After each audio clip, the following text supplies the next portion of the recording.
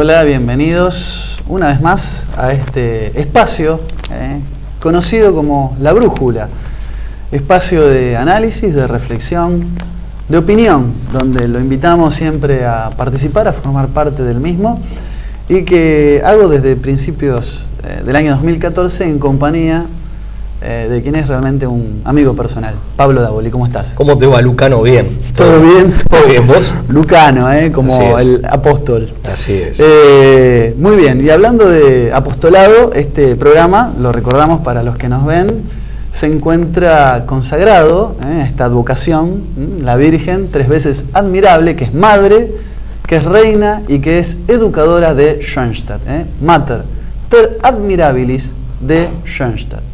Hoy con un tema, como siempre, que ha surgido un poco del intercambio con quienes siguen asiduamente, más o menos asiduamente este programa. Hoy vamos a hablar un poco de las redes, de la globalización y en particular la construcción de nuevas identidades, ¿no? Las nuevas identidades de un mundo transnacionalizado, un mundo que a partir de la década del 70, ¿no?, se fractura en nuevas organizaciones, grupos de choque, organizaciones sin fines de lucro que están teniendo cierto protagonismo de cara a lo que es la configuración del concierto internacional.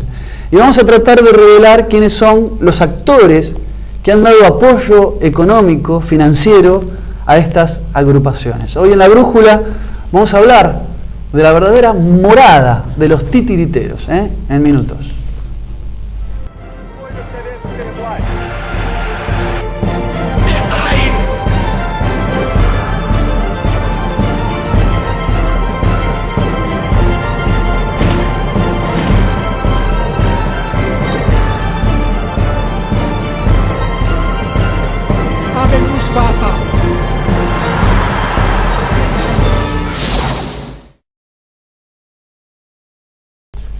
Bien, ustedes saben que en los diarios, vamos a decir, de los últimos años, en las tapas de los diarios de los últimos años, se empieza a encontrar con más frecuencia, más a menudo, la aparición de activistas, grupos, como decíamos, de choque, organizaciones sociales, que empiezan a tener protagonismo en el escenario internacional, que empiezan a tener preponderancia a la hora de el accionar, sobre todo embanderados en defensa de determinadas ideologías. Particularmente podemos mencionar el ecologismo, el feminismo, las minorías sexuales, grupos étnicos.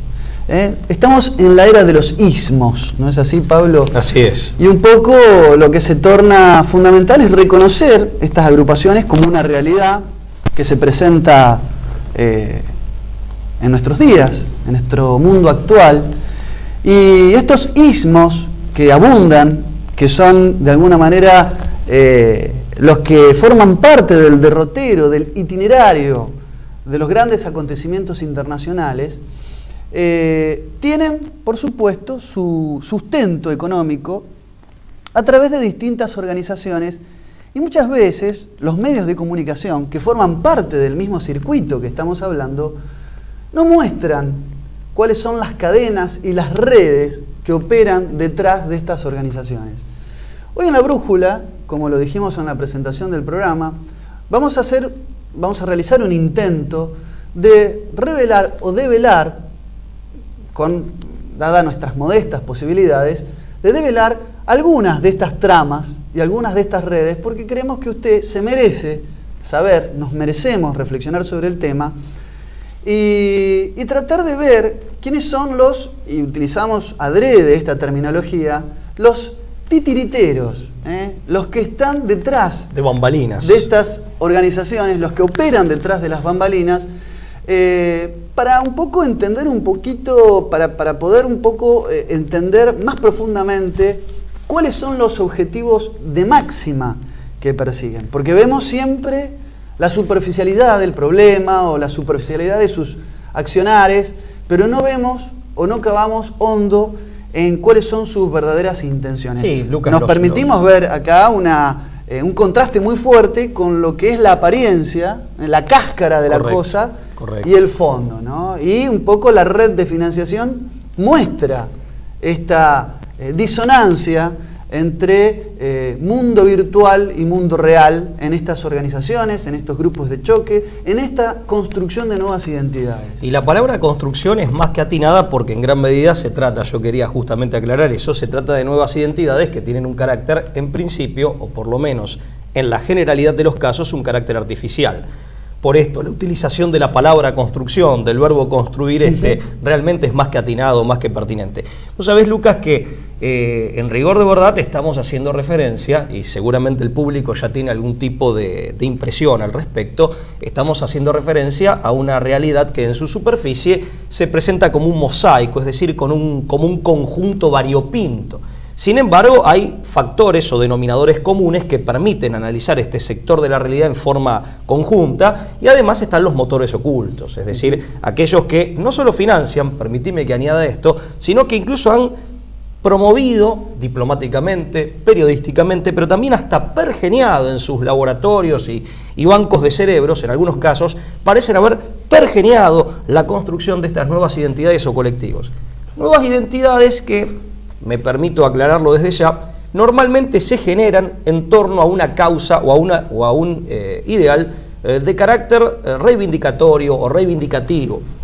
Normalmente en torno a, digamos, una misión reivindicativa de algo, puede ser una minoría sexual, una minoría étnica, puede ser la situación de las mujeres, concretamente en el contexto social, que no constituyen numéricamente minoría, pero que son asimiladas a la minoría por, digamos, la situación de debilidad que se les atribuye o de desventaja que, más allá de si esto ha sido real o no, más allá de si es real o no, que habría que analizar caso por caso y aspecto por aspecto, se les atribuye. Entonces quedan asimiladas a una minoría, aunque nominalmente, o mejor dicho, numéricamente no lo sean realmente, cuantitativamente no lo sean realmente. Pero, insisto, son nuevas identidades que se conforman en torno a una causa o a un ideal reivindicativo. Ese es uno de los denominadores comunes. El otro denominador común es este motor financiero, periodístico, diplomático que les da fuerza.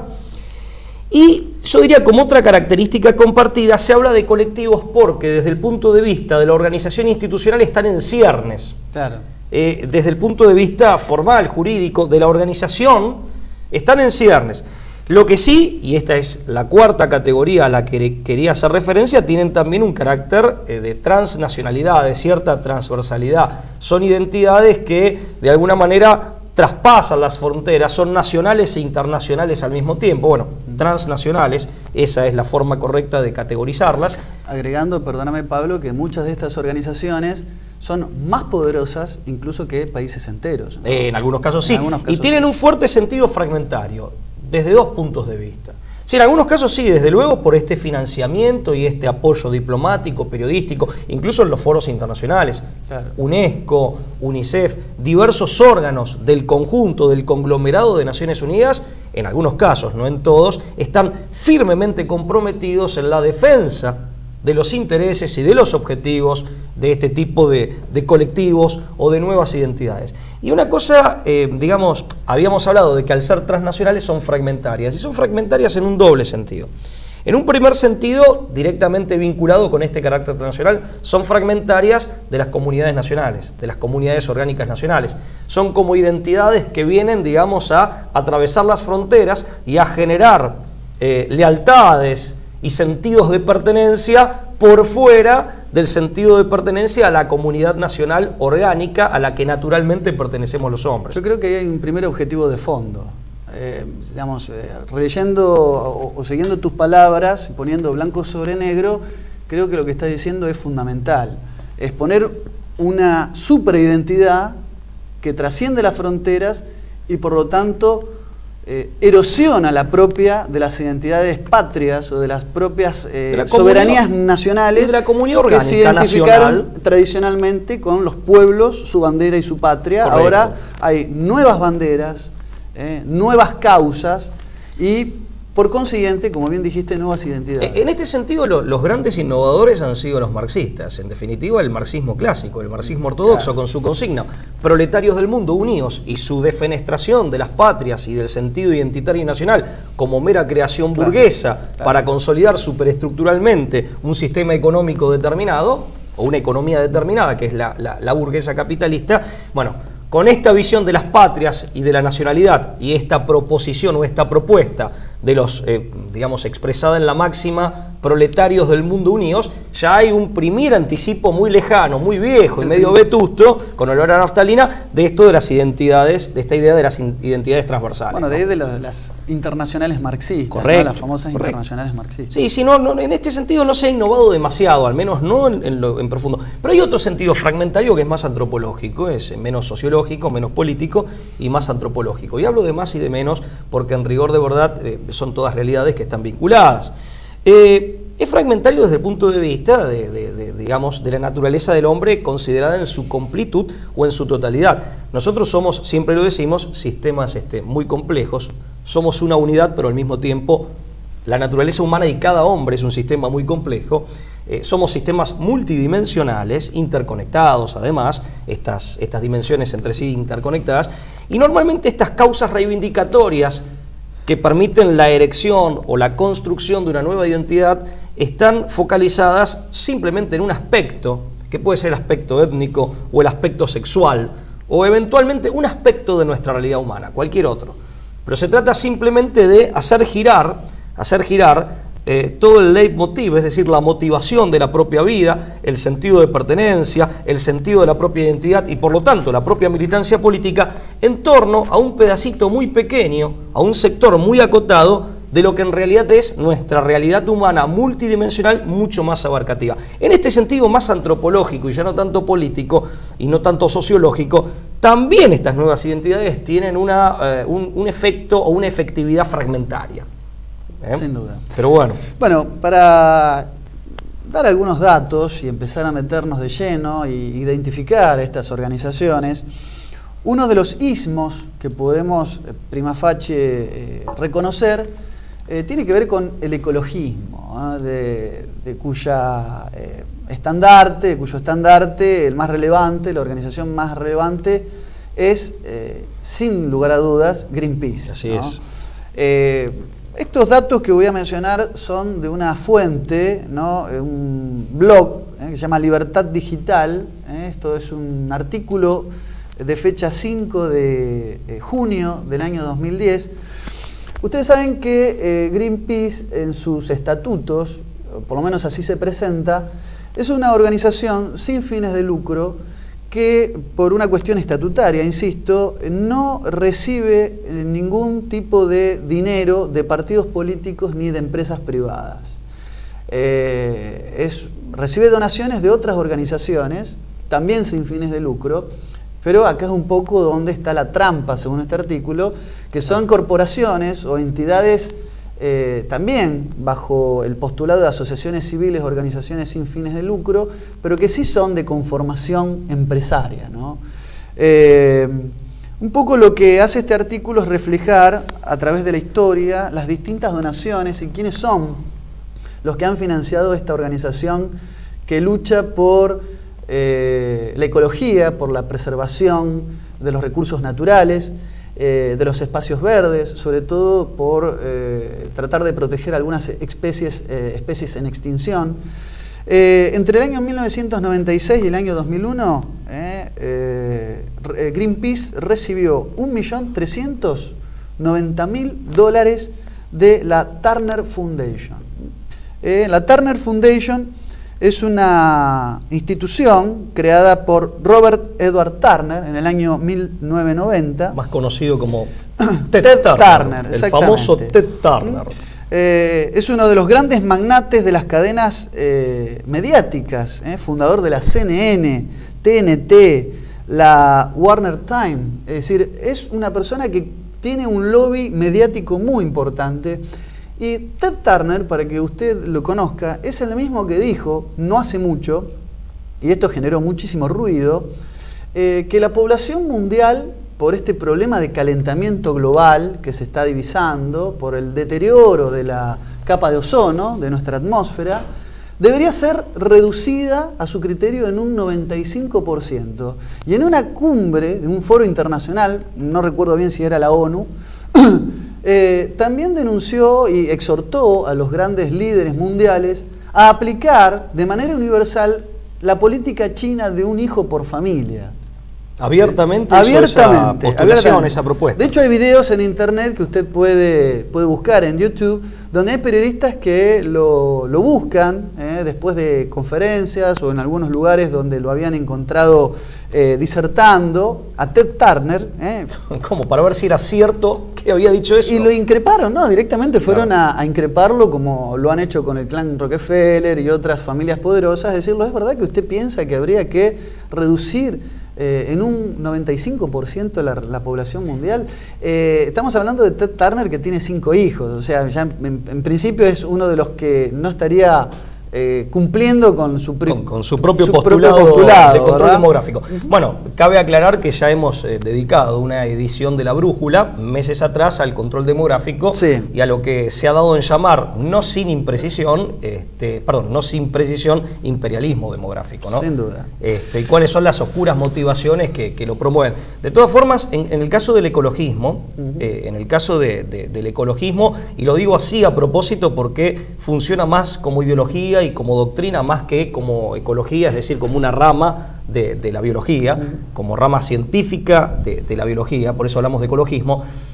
También se produce esto de la fragmentación, ¿no? O sea, también podemos verificar esta suerte de fragmentación en la concepción del hombre y de reducción, de reductividad en la concepción antropológica, porque en definitiva este ecologismo, a veces este autodenominado ecologismo profundo, sí, tiende a considerar al hombre simplemente como un ser vivo más dentro de la comunidad o dentro del sistema de seres vivos, omitiendo la particular dignidad y la particular importancia ontológica que reviste la condición humana. Y es más, en el caso de las posturas más radicalizadas, no solo ponen al hombre en pie de igualdad, o sea, reduciéndolo a entidad biológica y colocándolo en estricta equiparación o pie de igualdad, en estricto pie de igualdad con el resto de los seres vivos, incluso atribuyendo vida a todo, a lo que normalmente o científicamente se considera abiótico y sin vida, sino que además lo consideran una suerte de plaga, ¿no? Una suerte de plaga o de virus destructivo, de factor disfuncional del sistema. Esto en los casos más radicalizados, ¿no? Sí, también la ecología es una causa, volviendo con este ensayo marxista de los sentimientos transnacionales o las identidades transnacionales o internacionales, la ecología es algo que reviste importancia para la humanidad en su conjunto, con lo cual también hay en el primer aspecto que mencionabas también una fragmentación. Hacemos causa común de la ecología. Totalmente. Que a todos nos incumbe, porque lo que está en juego es la salud del planeta entero. Ni siquiera de la humanidad, del planeta. Una concepción, digamos, panbiologicista, ¿no? Tal cual. Sí, ahí está. Actualmente, en una versión más disparatada, podría ser del cosmos. Del cosmos, del universo. Sí. Así es. La responsabilidad que el hombre, en principio, tiene sobre eso. Responsabilidad que es real, creo que es real. Yo puedo hacer una pequeña, una pequeña aclaración. Yo he pensado mucho al respecto, porque incluso esta idea está en algunas películas de Hollywood, está imbrincada en el mensaje o en el metamensaje de algunas películas, y a veces no es metamensaje, es bastante explícito, pero yo creo que en todo caso podríamos hablar, como el hombre es un sujeto libre, que puede optar por el bien o por el mal, de ciertos hombres. Sí, claramente hay ciertos hombres que son destructivos con el medio ambiente, como también hay ciertos hombres que son destructivos o agresivos con su prójimo. Sí, pero son ciertos hombres. No es lo propio de la condición humana y en todo caso será el resultado desviado de un mal manejo de la propia libertad. O de hombres que han llegado a tal nivel de degradación que actúan ya de manera irrefrenable o como por una pulsión inconsciente, pero producto de su propia... Pero esto no le cabe a toda la humanidad, ni le cabe a la naturaleza humana considerada en sí misma. En todo caso serán las versiones más degradadas de nuestra propia naturaleza, que solo se da en algunos hombres. Y sin llegar a las pulsiones que te animan a actuar de determinada manera o que te empujan a actuar de determinada, hablemos de hombres que libremente optan por el mal. De la misma manera que uno frente a un pobre puede optar, un prójimo pobre puede optar por ayudarlo o ser indiferente o abusar de él, o uno también frente a un animalito en estado de necesidad puede optar por ayudarlo, por curar sus heridas, por adoptarlo o por lo que sea, o por ponerle una patada. Son algunos hombres en todo caso, pero no es lo propio de la naturaleza humana, ni le cabe por tanto a toda la humanidad. Bueno, para seguir un poco con Greenpeace, entre el año 97 y el año 2005 recibió también $1.080.000 de la Rockefeller Brothers Foundation, fundación que creo que no necesita mayores presentaciones. Es la fundación derivada, la fundación sin fines de lucro derivada del clan Rockefeller, particularmente, ustedes saben, John Rockefeller, el propietario de la Standard Oil de principios del siglo XX, que después devino en todo un clan familiar que hoy tiene también acciones o forma parte de los paquetes accionarios de grandes entidades financieras como la JP Morgan Chase, el Chase Manhattan Bank o el Citibank, ¿no? Estamos hablando de entidades poderosas. Y acá, en la participación de la Fundación Rockefeller en la financiación de Greenpeace, hay una cuestión paradojal, dado que es una fundación que deriva de empresarios que forman parte de los grupos petroleros.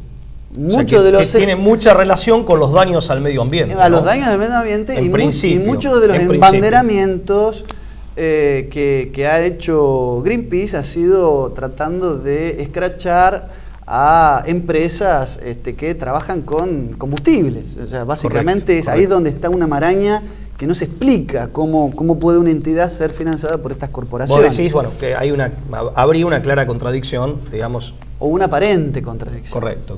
Una aparente contradicción, ¿no? Permitime que acote algo, Lucas, y que disculpame vos, y que me disculpe el público. Yo voy tirando datos, pero la idea es hacer de esto un diálogo, si no es una cosa informativa. Demasiado monolítica. Pero aparte, se me acaba de ocurrir y me voy a retrotraer a lo que veníamos, a la aclaración previa que yo había hecho. Así como hablamos de individualidades, es decir, del hombre como persona y como persona individual que es, no tenemos que desconocer que somos, sin dejar de ser individualidades, somos también al mismo tiempo seres sociales y sujetos culturales. Y así como hay personas individualmente consideradas que optan por agraviar al medio ambiente o por injuriarlo y hacen de esto un hábito, que incluso hasta por ahí se convierte, agarra la fuerza propia del hábito, también esto le cabe o se puede hacer un análisis similar parangoneándolo con pueblos y culturas o con determinados momentos culturales en la evolución, en el periplo histórico de un pueblo, pero de ninguna manera es atribuible a la humanidad como condición y por lo tanto a la humanidad como conjunto universal. En todo caso será lo propio de algunas personas individualmente consideradas y eventualmente por proyección, dado que somos, y en algunos casos, dado que somos seres sociales y de que somos sujetos culturales, esta atribución de una conducta nociva o agresiva para con el medio ambiente será lo propio de determinados periodos por los que atraviesan algunos pueblos, normalmente los de decadencia, o bien con sus respectivos sistemas económicos o condiciones tecnológicas, o de determinadas culturas, pero no de todas. Y en todo caso son aspectos cuestionables y criticables porque el ser humano es capaz y de hecho ha sido creado para algo mejor que eso. Simplemente esta aclaración. Bueno, y después así hay como esos muchos distintos periodos con distintas financiaciones. Entre el 97 y el 2002, $841.365 donados por la John and Catherine MacArthur. $456.000 donados entre el 2002 y el 2003 por la Can Rasmussen Foundation, una fundación vinculada al negocio del petróleo. Acá está otra vez esta contradicción. También se menciona en este artículo anteriormente citado a la Charles Stewart Mott Foundation, también una ONG vinculada a empresas automotrices. Que requieren de hidrocarburos para... Pero no de los automóviles eléctricos. Claro, no son precisamente de vehículos autopropulsados, claro, con energías no renovables o renovables alternativas, como la energía solar o la energía eólica. No precisamente son ese tipo de automotores. Entonces, digo, para hacer un recorte, cuando nosotros entendemos las redes que están en la financiación, podemos comprender que no todo se explica por sus objetivos sino también por su génesis. ¿De dónde viene? Sí, perdón. ¿De dónde nace? Por los Nada objetivos nace. declamados. Formal y públicamente declamados. Declamados. Eso me parece que es uno de los puntos que deberíamos revisar a la hora de entender el ecologismo hoy en esta militancia ecologista. Porque de lo que hablamos es de una militancia ecologista organizada en fundaciones muy poderosas y que por supuesto responden, son donaciones, pero que responden a intereses altamente corporativos. Y lo vuelvo a repetir, por eso hablamos de ecologismo y no de ecología, ¿correcto? No de ecología como capítulo importantísimo de una ciencia valiosísima como la biología, ¿no? Sino de ideología y doctrina con finalidades que no son las declaradas en principio. Vos sabés que respecto de eso incluso, fíjate vos, que no solo está el financiamiento ese muy extraño, digamos, y contradictorio, sino que, como bien dice la vasta sabiduría criolla, aunque no hubiera esa contradicción sería sospechoso igual, porque, como bien dice la muy profunda sabiduría criolla, cuando la limosna es grande hasta el santo desconfía. Claro. Sí, bueno, está bien, puede haber alguien que realmente, un empresario que, digamos, quiera hacer, porque justamente, ¿verdad? Que hay gente que tiene ese compromiso genuino, legítimo y auténtico, sincero, pero es llamativo cuando esto es sistémico y es constante en personas que de pronto, o en entidades que de pronto tienen por motivación principal la finalidad de lucro, ¿no? Claro, o sea, no son las carmelitas descalzas. Otro de los puntos que deberíamos introducir o por lo menos plantear en este análisis es, para ir tocando distintas agrupaciones, son las agrupaciones que se han conformado en torno a la legalización o al menos la despenalización del consumo de algunas drogas. ¿No? Sí, narcóticos y estupefacientes. En particular, hay un artículo que quiero citar del 17 de diciembre del año 2013 de la BBC Mundo, firmado por Gerardo Lizardi, que denuncia la vinculación de una organización que es la Open Society Foundation de George Soros, famoso especulador internacional. Especulador, él se presenta como filántropo internacional de origen húngaro. En un momento en el que las palabras ya han perdido su significado, no me extraña. Claro, se puede presentar como Madre Teresa de Calcuta. Claro. Bueno, ha financiado esta Open Society a grupos de apertura, a lobbies y grupos de apertura para la despenalización de la marihuana, ¿no? La DEA criticó duramente la legalización de la marihuana que se ha hecho en un país vecino, países hermanos si los hay, es nuestra querida Uruguay, ¿no? Donde hoy se está en ese ensayo, en ese campo experimental de la... Lamentablemente la cabecera de playa para este experimento en Sudamérica ha sido Uruguay. En la República Hermana y con el pueblo hermano del Uruguay. Bueno, sepamos que es George Soros. George Soros es una persona que ha logrado la quiebra del Banco de Inglaterra en el año 92 y la devaluación de la libra esterlina. Es un tipo muy poderoso. Es miembro de la Junta del Council on Foreign Relations, el Consejo de Relaciones Exteriores, y ayudó con $60.000 para una institución que se llama Regulación Responsable, que es una organización de índole local, para la legalización de la marihuana. Ahora, este tipo de noticias no se explican si no la contrastamos con otras. Fíjate vos, Pablo, que en un artículo de RT, Russian Today, del 11 de enero del 2014, poco tiempo después, se titula así: la multinacional Monsanto pretende cultivar una nueva semilla de cáñamo transgénico en Uruguay. Open Society y el grupo Drug Policy Alliance, DPA, planean comercializarla bajo una marca propia. Cuando uno va al fondo de la cosa, tenemos liberada la comercialización legal, la despenalización, desde luego, ni hablar, y una semilla de tipo transgénica, un monocultivo de marihuana, modificado genéticamente. Donde hay una empresa que tiene el monopolio de la semilla cultivable. O sea, no solo, aclaremos para el público, tengo entendido que es así, no solo de la producción de esa semilla modificada genéticamente, sino probablemente de los fertilizantes y los agroquímicos que también permiten el circuito todos los de cultivo. Insumos que permiten la distinto producción. de lo que está pasando con la soja en nuestro país. Correcto. Llevado esto a una cosa que además todavía está en cuestión, los efectos, la DEA se manifestó en contra de este hecho. Entonces, digamos, reviste cierta gravedad, y más si detrás de esto hay un negocio. Yo sostengo desde hace muchos años, y esto me ha valido muchas críticas, en algunos casos por parte de amigos personales, pero yo sostengo desde hace muchos años que la marihuana es un gran controlador social. Es un gran instrumento muy efectivo de control social.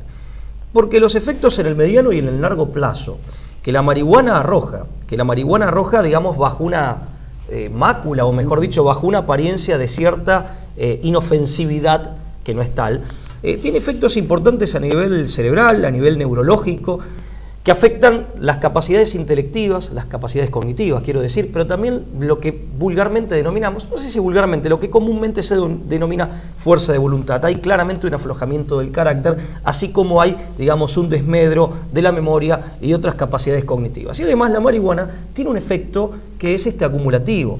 Tiene un efecto acumulativo que hace que, aunque uno fume marihuana con determinada, con una frecuencia relativamente prolongada, es decir, con intervalos de varios días, igual con el paso del tiempo hay una sedimentación que finalmente provoca estos efectos indeseables. Y lo cierto es que la marihuana genera, ante todo, una falta de reacción en la gente y demás. Insisto, son efectos que se ven en el mediano o en el largo plazo, y lógicamente en cada persona estos efectos se darán con mayor o menor intensidad, de la misma manera que se producen con mayor o menor rapidez. Por eso digo que es un gran controlador social. Además, no son pocos los científicos, psicólogos, médicos, psiquiatras, neurólogos, que dicen que la marihuana es la puerta de entrada a otras drogas, no solo porque instala el hábito, bajo esa apariencia, vuelvo a repetirlo, de ser inofensiva, instala el hábito de consumir un narcótico, sino además porque en algún momento el deseo de experimentar sensaciones más fuertes llevan o conducen o piden, entre comillas, la utilización o el consumo de narcóticos o de estupefacientes de mayor poder. Mira, la verdad que celebro lo que decís, Pablo, por dos razones. Primero, para que no se piense que lo que está diciéndose en este programa tiene que ver con un rasgamiento de las vestiduras, es decir, la marihuana, qué escándalo. A esta altura del partido nadie se escandaliza, nadie va a dejar... nosotros que somos tipos que no llegamos a los 40 años, somos somos viejos, pero no vamos a perder el sueño, y estamos dispuestos incluso a establecer una charla, un debate en torno al tema de las drogas, los estupefacientes en general. Llegado el caso traemos la bibliografía, pero por supuesto. Pero acá lo que se trata es lo que vos decís, y me parece que es lo más oportuno y más grave del tema. O sea, acá no se está instrumentalizando un sistema de control, este aplacamiento de la conciencia, y acá lo que está en cuestión es si las agrupaciones que se embanderan con estas causas no están siendo las veces de títeres. Por eso esto de la morada de los titiriteros, como decimos titular el programa, y están haciendo las veces de idiotas funcionales. Porque acá lo que se trata es el kit de la cuestión. Pero aparte, vamos a ser francos, o sea, el consumo de lo que vulgarmente se conoce en la calle como porro, funciona claramente en muchísima gente, como quien consume un ribotril o cualquier otro calmante. Claro. O sea, ¿cuánta gente espera y cuántos de nuestros conocidos puede pasar? Y esto lo digo sin ánimo de estigmatizar a nadie, ni mucho menos de juzgar, pero incluso si entre nuestros televidentes figuran o hay consumidores de este estupefaciente, piénselo, lo invitamos a que lo razone. ¿Cuántas veces se fuma marihuana, o en cuántos casos que uno tiene a la mano, se fuma marihuana a los efectos de provocar una satisfacción que no existe en la vida lúcida, digamos, durante el día, en las horas de trabajo, en la sociabilización con los demás o en la propia realidad familiar, y sirve claramente como un escapismo, o se lo toma como un paliativo de esa angustia que generan esos vacíos, que impiden el disfrute de la vida, sí. O bien como un calmante sí. Para aplacar las ansiedades que normalmente también son el producto de esos vacíos en general, que requieren normalmente otro tipo de tratamiento psicológico y, ¿por qué no? Vamos a colocarlo, el propio Carlos Gustavo Jung lo decía desde la psicología, espiritual. Sin duda. O sea, de revisar esos vacíos y de cómo se pueden llenar, esos vacíos existenciales. Forma parte de una sociedad a la cual le hemos dedicado, Pablo, si bien te acordás, un programa que es una sociedad narcotizada, psiquiatrizada. Sí, ¿no? sí, sí. Forma parte de la misma manera que están los que todo el tiempo toman como hábito y como para sostenerse algún tipo de droga, de psicofármaco destinado, sin prescripción médica siquiera. Mucha gente va y los consume sin ninguna prescripción médica. Te invito a hacer una pausa, la primera. No se vaya, ya volvemos con más de esto que es La Brújula.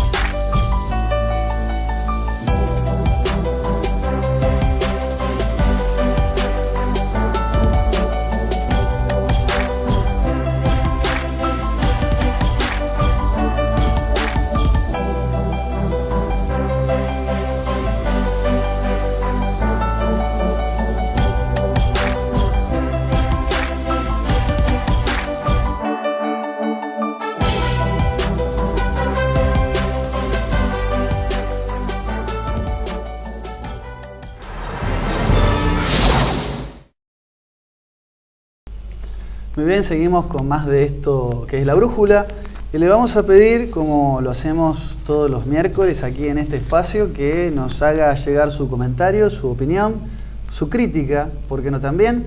Y por supuesto que se suscriba al canal de YouTube, puede encontrarnos en Facebook, tanto en el portal, en el sitio del canal, como en el que hemos creado de este programa. Sí, este que es una cuenta de Facebook La Brújula, así es.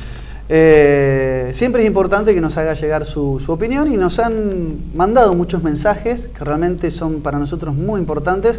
Les pedimos disculpas si no hemos hecho sí, en mi caso estoy en falta con varios, en deuda, sí, de responder a todos con varios seguidores. Inquietudes, pero bueno, a mí me pone muy contento, es muy reconfortable ver el apoyo, por lo menos así lo siento yo, que hemos tenido desde que empezamos con este ciclo de programas. Sí, sí, hago propio desde luego el agradecimiento y también el pedido de disculpas con algunos seguidores que, bueno, han escrito algún correo electrónico o algún mensaje de inbox preguntando, haciendo algunas consultas que uno, bueno, las responde en la medida de sus posibilidades y del tiempo disponible, que lamentablemente es mucho más escaso de lo que uno quisiera. Pero bueno, lo iremos haciendo con el tiempo, ¿no? Muy bien. Te quería acotar que tampoco esto de que no hay nada nuevo bajo el sol tiene mucho de exagerado, pero como toda exageración tiene una parte de verdad. Vos recién hablabas de la promoción de la marihuana y de otras drogas en otras partes del mundo, pero fundamentalmente de la marihuana que se ha hecho y que se hace en Uruguay y en otros países. Aquí mismo en Argentina hay un lobby también. Claramente un lobby que incluso involucra a embajadas extranjeras, a ciertas embajadas extranjeras que han participado en esta movida tendiente a despenalizar como mínimo el consumo de la marihuana. En rigor, de verdad, quiero también aclarar esto. La herramienta penal, la política criminal, en materia de drogadicción o de consumo de estupefacientes y narcóticos, es una pata de la mesa. En rigor, de verdad, se requiere una política que vaya mucho más allá de la mera política criminal, política sanitaria, educativa, etcétera, etcétera. Pero lo que hay que hacer en todo caso es doblar la apuesta y generar políticas coordinadas que ataquen el problema en todos los frentes y no quedarse solamente con lo penal. Claro, sin duda. Pero lógicamente que por sí solo lo penal hace muy poco. La idea es complementarlo con las otras políticas educativas, pedagógicas, culturales en general, etcétera, etcétera, sanitarias, etcétera. Pero bueno, volviendo a esto de que no hay nada nuevo bajo el sol, que es una verdad relativa, una verdad parcial, acordate que hubo una guerra del opio, 2 guerras del opio, entre el Reino Unido contra el Imperio Chino, que se oponía al tráfico y al consumo del opio en 1840 y en 1856.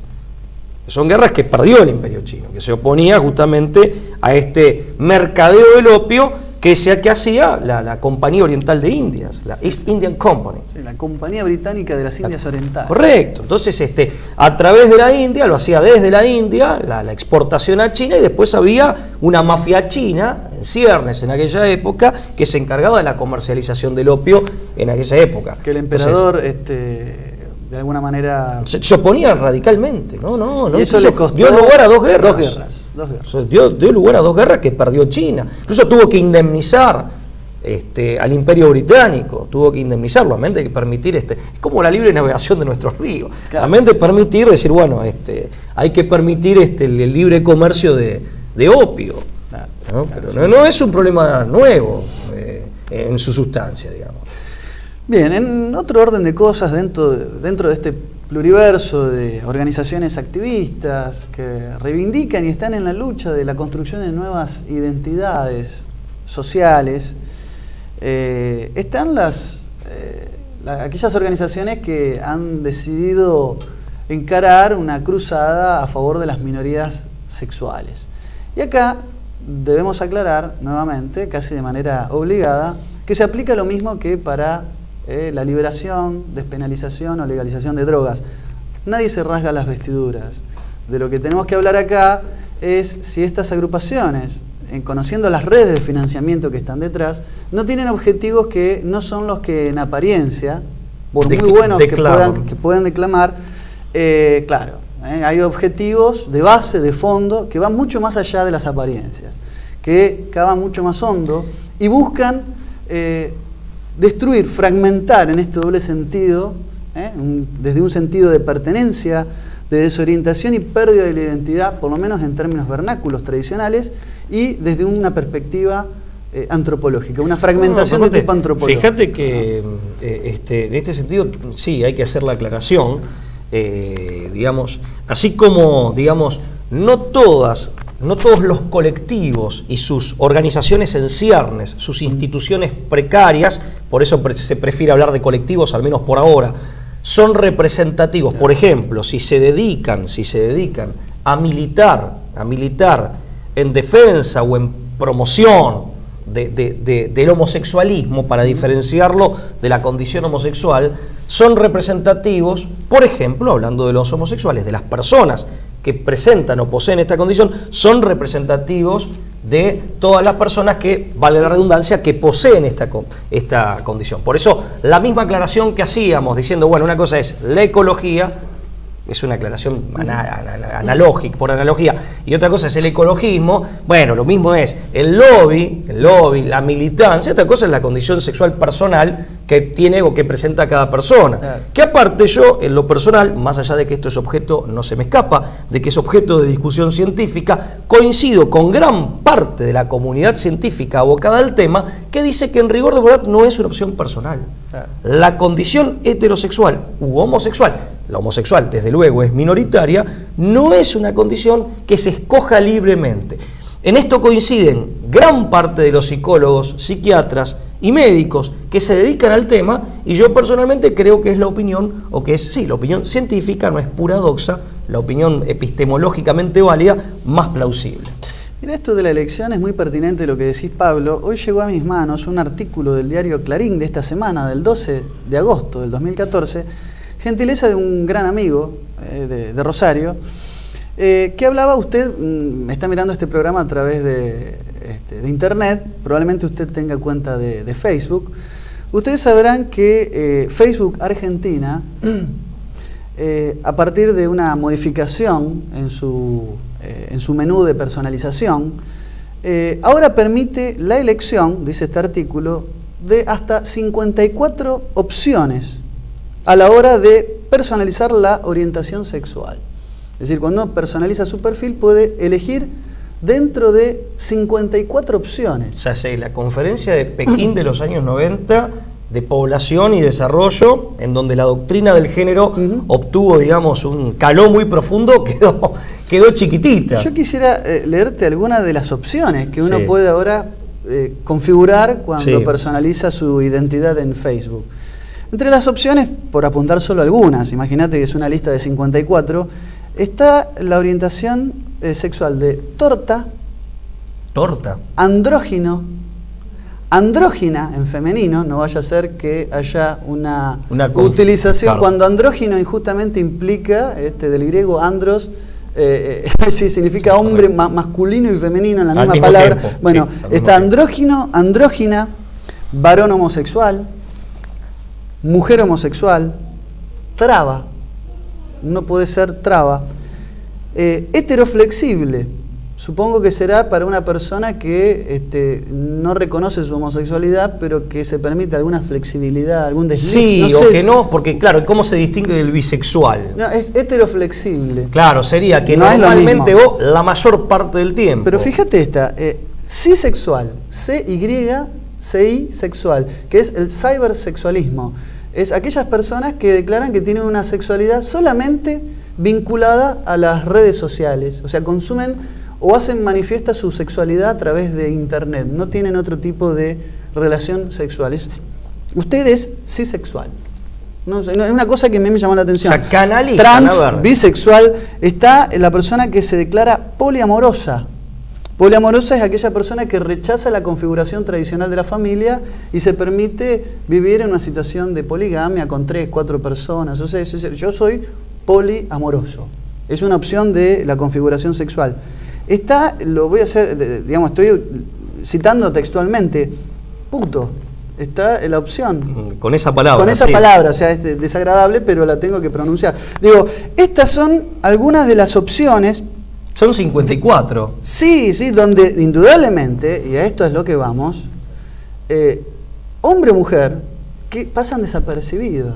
Es decir que mi... Sí, o varón-varona, o varón-mujer, sí. Claro, es decir, varón-mujer queda totalmente diluido en un mare magnum. En un mare magnum caótico, de opciones que aparte parecen, en algunos casos, más allá de que en algunos casos son claramente estrambóticas o desopilantes por momentos, eso es lo que parece. Esto promovido por grupos de choque homosexual, minorías sexuales, perdón. Por eso, sí, pero aparte, a ver, vuelvo a insistir, una cosa es la condición sexual personal, claro, que una persona eventualmente incluso puede revestir, que ese es un tema estrictamente personal con el cual nosotros no nos vamos a meter de ninguna manera. Y aparte que no todos, digamos, independientemente de la condición sexual, acá hay una militancia y hay un lobby, que va mucho más allá de la realidad sexual particular de cada persona, que muchas veces no se sienten representados. Pero que sean 54 es sintomático, Pablo, porque es ver hasta dónde llega mi fuerza de lobby.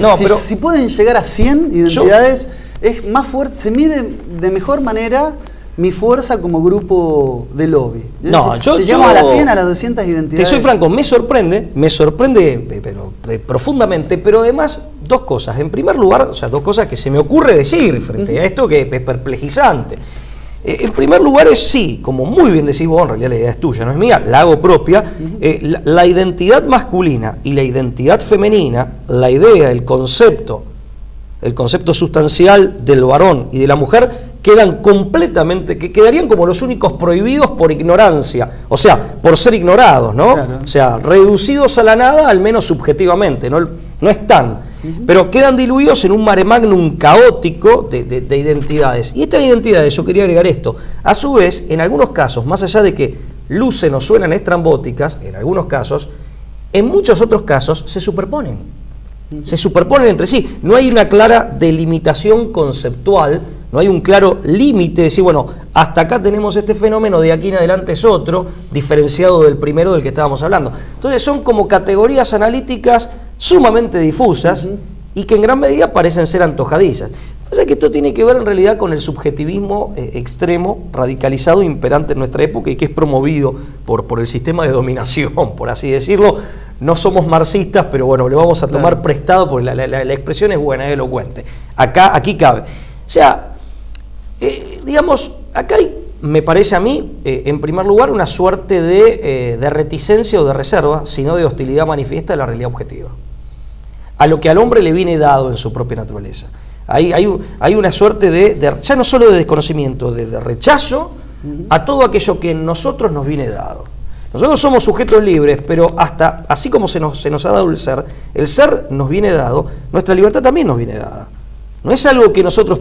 Nuestra libertad, paradójicamente, no es algo que uno produjo libremente. Es algo que nos vino dado. Con la sexualidad, que es un tema de una enorme complejidad y es una de las realidades transversales del ser humano, que atraviesa todas nuestras dimensiones, lo biológico, más específicamente lo genital, pero lo biológico en general. Está a nivel cromosómico la sexualidad, lo biológico, pero también lo psíquico y lo espiritual, porque hay una masculinidad y una feminidad en la espiritualidad humana, también nos viene dada, y es una realidad compleja. Entonces, primero esto del rechazo, pero un rechazo realmente visceral a lo dado en el hombre. Todo tiene que ser construcción subjetiva, no sabemos sobre qué base. Todo arquitecto sabe que para construir algo libremente lo tiene que construir sobre una base que le viene dada, sobre el piso, bueno, sobre los cimientos. Eso en primer lugar. En segundo lugar, creo que hay a grandes rasgos, hay tres patrones para la definición del propio comportamiento. Y esto lo hago mucho más extensivo, digamos, yendo mucho más allá de esta temática. La necesidad, el deseo y el deber. Yo pondría junto con el deber y como instancia superadora el amor. Pero bueno, esto viene por mi formación cristiana, que creo que es una visión superadora y que no en vano escojo esta religión, que creo que no es una religión fundada por hombres, con todo lo valioso que esto puede tener, sobre todo en el caso de algunas religiones, donde hay mares de sabiduría, sino que creo que el mismo Dios la ha fundado. Entonces, de hecho, básicamente por eso yo soy cristiano. Pero bueno, eso es arena de, digamos, eso es tema para analizar en otro programa. Pero la necesidad y el deber, fíjate que son los patrones del comportamiento en el psicoanálisis freudiano, pero se olvida del deber. Y desde luego el amor queda desconocido o queda reducido a necesidad y deber, a necesidad y deseo. Y acá hay claramente, digamos, en esta época posmoderna, me parece a mí, en el contexto de este subjetivismo extremo que reniega de toda objetividad, el deseo subjetivo ha sido erigido al plano, digamos, o ha sido erigido como el patrón supremo en la determinación, ya no solo del propio comportamiento, sino del propio ser, sin darle o atribuirle ninguna regla que le sirva de medida o de orientación a ese deseo, que antes estaba dado por la necesidad y por el deber. Y por el amor como algo conglobante de todo y superador, que recicla todo y lo sublima para arriba. Ya que hablamos de Freud, vamos a hablar de sublimar. Pero el deseo subjetivo como patrón máximo o supremo, que en gran medida es una pretensión irrealizable. Y en lo que tiene de realizable muchas veces es, objetivamente hablando, inconveniente e indeseable por sus resultados máximos. Esta es una característica de nuestro tiempo. Y dentro del deseo, sin ningún tipo de parámetro objetivo, sin ningún tipo de lineamiento objetivo que le sirva de vara de medida o que le sirva de orientación o de referencia, necesariamente caemos, dentro del ámbito irracional de los deseos, necesariamente caemos en el ámbito más bajo, que es el de los bajos instintos, o como diría Platón, de los apetitos inferiores. Sin duda. Pero bueno. Ahora, volviendo a las redes, ¿quiénes están detrás de estas organizaciones que promueven este tipo o se congracian en lograr este tipo de construcción identitaria? Mirá, Lucas, el sistema está el sistema. O los patrones del sistema, ya que hablamos de patrones de conducta y criterios de análisis como patrones analíticos, ahora son los patrones, pero de un sistema de dominación. Hacemos una nueva pausa, ¿sí? Después del corte vamos a hablar de la agrupación Femen, que va a dar mucho que hablar. No se vaya.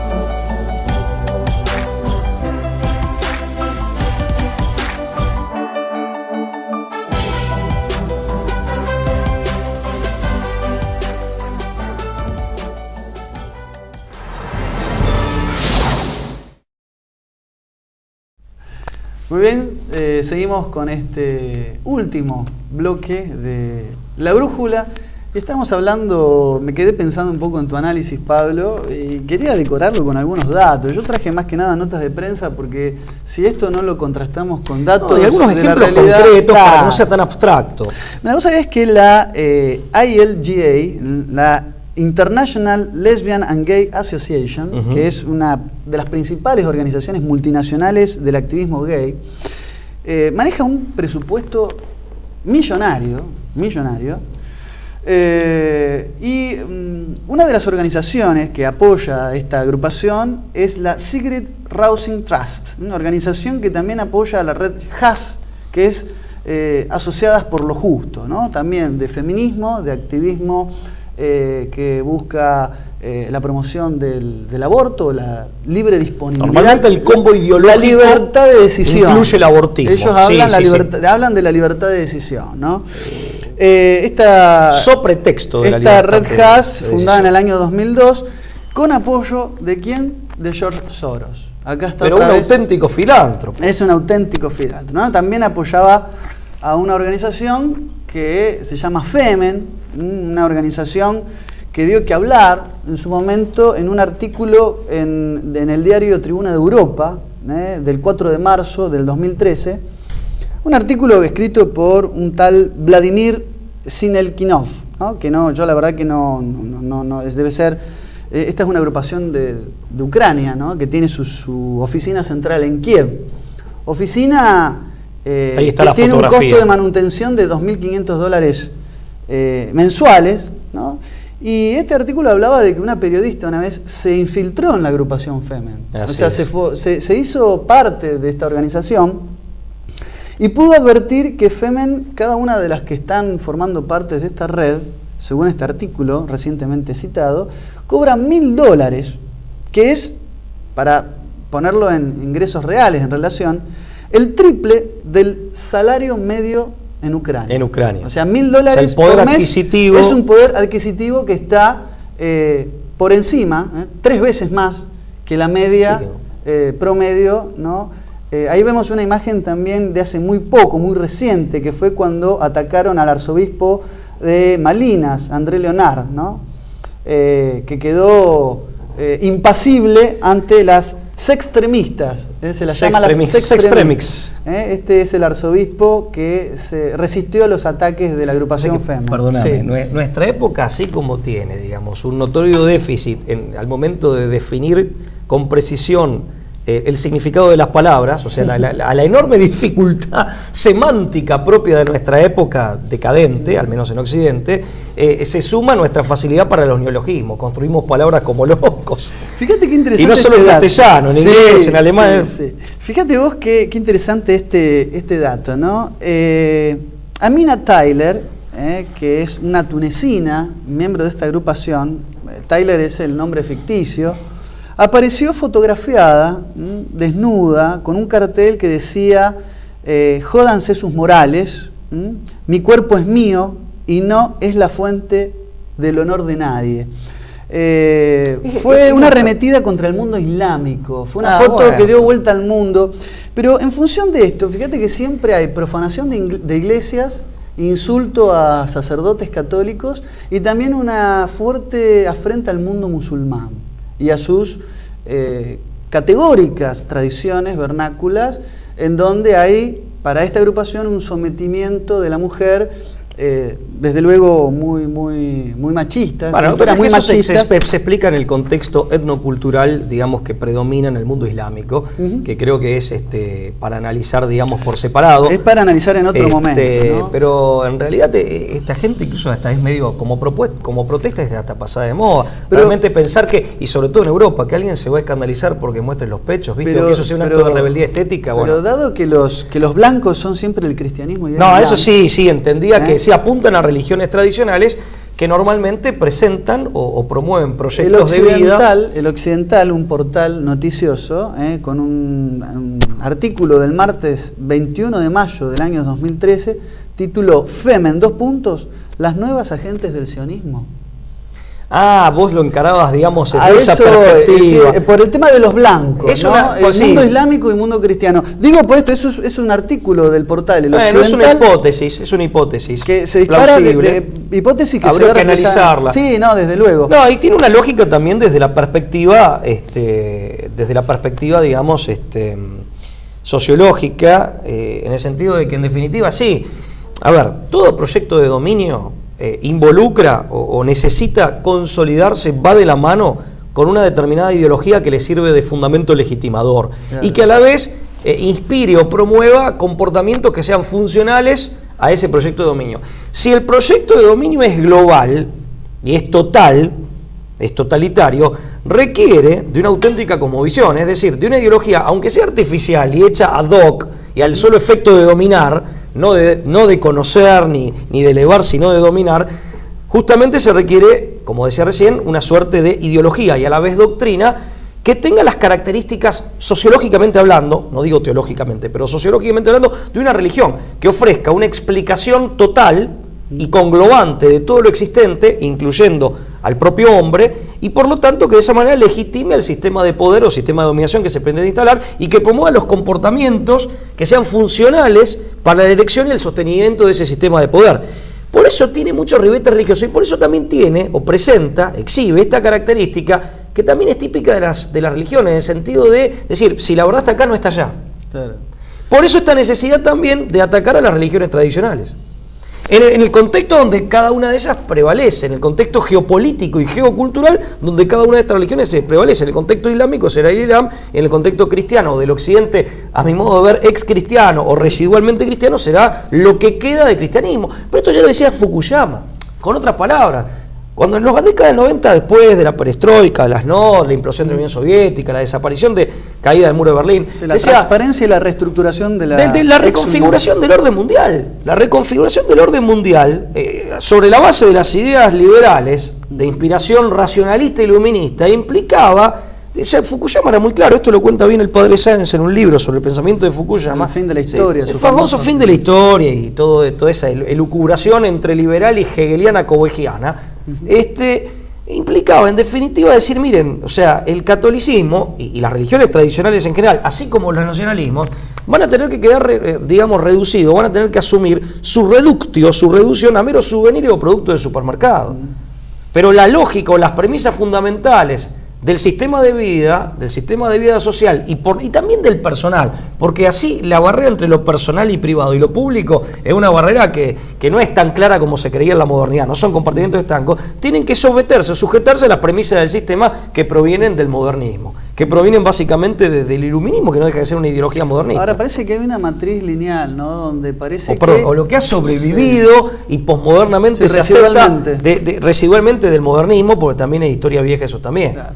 No, yo digo esta matriz que nos inquieta, que parece que siempre atrás, porque como subproducto de las religiones tradicionales siempre está en boga una concepción de familia, que siempre es atacada. Obviamente, ¿no? obviamente. Y en esta concepción de familia se preserva, ¿no? Una forma de encarar la población mundial, siempre está detrás la despoblación, es una cosa increíble. Ecologismo igual a calentamiento global. Los distintos foros internacionales hablan de que la principal causa del calentamiento global es la actividad humana, la población, la superpoblación. Y siempre va a lo mismo, reducción de la población y dominio, pérdida de soberanía de los países, de las entidades nacionales. Acá también, ataque a las religiones tradicionales, ataque a la familia como consecuencia de estas y por consiguiente también a la despoblación. Como si fuera, hay un claro sentido antidemográfico. Sí. Hay un claro sentido antidemográfico. Todos los caminos parecen conducir esta vez a Roma. ¿Sabes lo que pasa? En este aspecto. Hay un tema. Dominio, coerción, control, despoblación y pérdida de la identidad. Además también esa cuestión multicultural de la fragmentación que también dijiste en la introducción del programa. Una vez leí del comunismo, pero que también tiene estos ribetes sociológicamente religiosos, incluso estéticamente, eso de embalsamar la tumba del cadáver de Lenin, por ejemplo, altamente religioso. Claro, una clara muestra de religiosidad, digamos, abajada a la materia. Sí, en el fondo ese materialismo, bueno, es otro tema, tiene un origen, digamos, ese materialismo extremo tiene un origen gnóstico cabalístico que puede conducir al panteísmo o puede conducir al materialismo, pero endiosando la materia. O sea que, en definitiva, en los extremos se terminan tocando ahí también. Pero más allá de eso, una vez leí en referencia al marxismo de que decía, quieren a todos los hombres, la humanidad entera como conjunto de hombres, y a todo el hombre. Es decir, todas las instancias constitutivas de lo humano, o del ser humano y de cada ser humano, que queden bajo el sistema de dominación, porque se plantea una auténtica revolución. Acá el sistema de dominio, en ese sentido, compatible o curiosamente similar con el marxismo, plantea lo mismo. Este sistema de dominio global. Quieren a todos los hombres y a todo el hombre. Claro, si los hombres son muchos y con identidades fuertes, con arraigos fuertes, con marcos de contención espirituales, culturales y sociales fuertes, la dominación falla. Entonces hay que depreciar al hombre en número y en calidad, en cantidad y en calidad. Y fíjate vos que eso, creo que hay una lógica que nos permite hipotetizar al respecto. Sin caer en las conspiranoias, pero permite que o torna razonable la hipótesis y la sospecha. Cuando uno comienza a analizarla. Sentido, por lo menos. Pablo, el tema da para mucho, se nos ha terminado el tiempo. Como siempre es un tema que da para largo, nos interesa como siempre que nos dé su opinión. Recuerden poner me gusta en Facebook si este programa es de su agrado.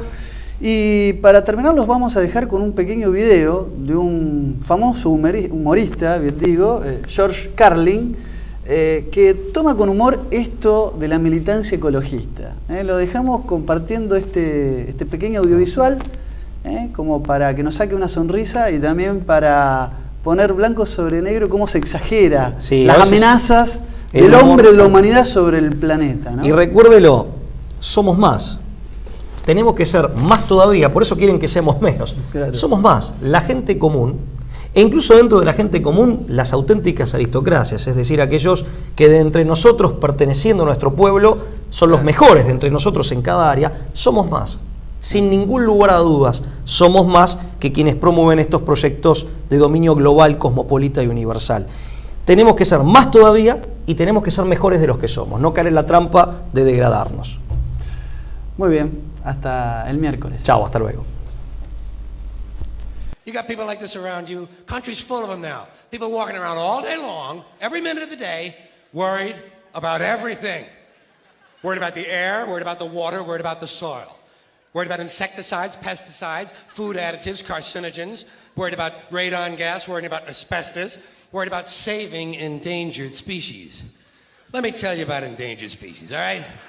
Saving endangered species is just one more arrogant attempt by humans to control nature. It's arrogant meddling. It's what got us in trouble in the first place. Doesn't anybody understand that? Interfering with nature. Over 90%, way over 90% of all the species that have ever lived on this planet, are gone. They're extinct. We didn't kill them all. They just disappeared. That's what nature does. They disappear these days at the rate of 25 a day. And I mean regardless of our behavior. Irrespective of how we act on this planet, 25 species that were here today will be gone tomorrow. Let them go gracefully. Leave nature alone. Haven't we done enough? We're so self-important. So self-important. Everybody's going to save something now. Save the trees, save the bees, save the whales, save those snails. And the greatest arrogance of all, save the planet. What? Are these fucking people kidding me? Save the planet? We don't even know how to take care of ourselves yet. We haven't learned how to care for one another. We're going to save the fucking planet? I'm getting tired of that shit. Tired of that shit. Tired.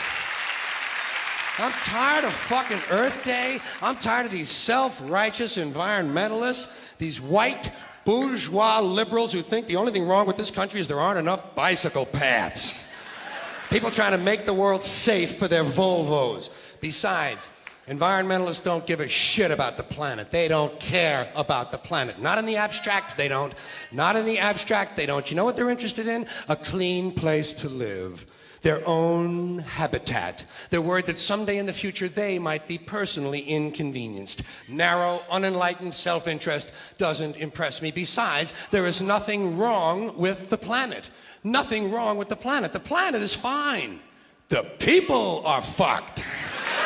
Difference. The planet is fine.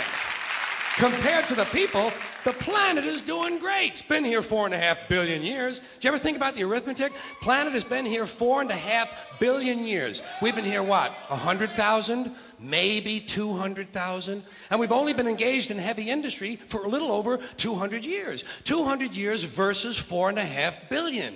And we have the conceit to think that somehow we're a threat? That somehow we're going to put in jeopardy this beautiful little blue-green ball that's just a-floating around the sun? The planet has been through a lot worse than us. Been through all kinds of things worse than us. Been through earthquakes, volcanoes, plate tectonics, continental drift, solar flares, sunspots, magnetic storms, the magnetic reversal of the poles, hundreds of thousands of years of bombardment by comets and asteroids and meteors, worldwide floods, tidal waves, worldwide fires, erosion, cosmic rays, recurring ice ages, and we think some plastic bags and some aluminum cans are going to make a difference? The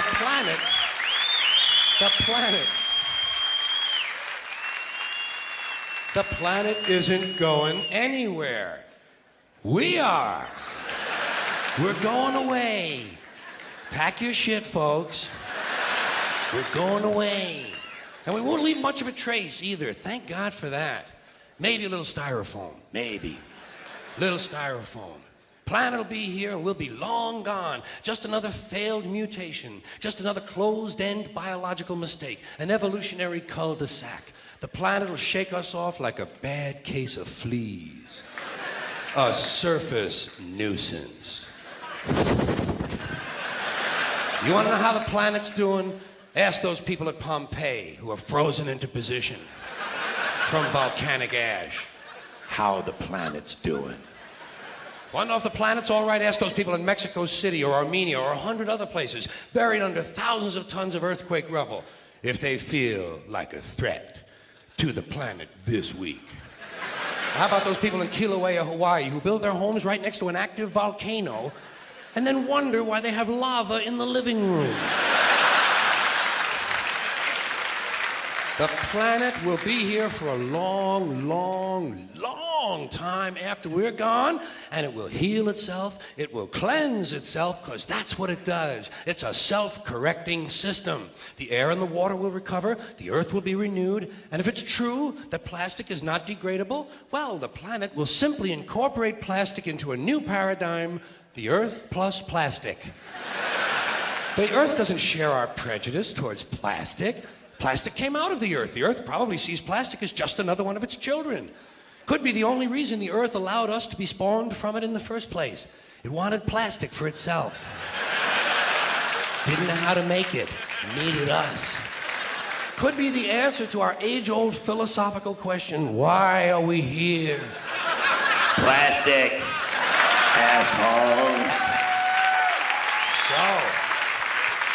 So, the plastic is here, our job is done, we can be phased out now, and I think that's really started already, don't you? I mean, to be fair, the planet probably sees us as a mild threat, something to be dealt with, and I'm sure the planet will defend itself in the manner of a large organism, like a beehive or an ant colony can muster a defense. I'm sure the planet will think of something. What would you do if you were the planet trying to defend against this pesky, troublesome species? Let's see, what might, viruses. Viruses might be good. They seem vulnerable to viruses.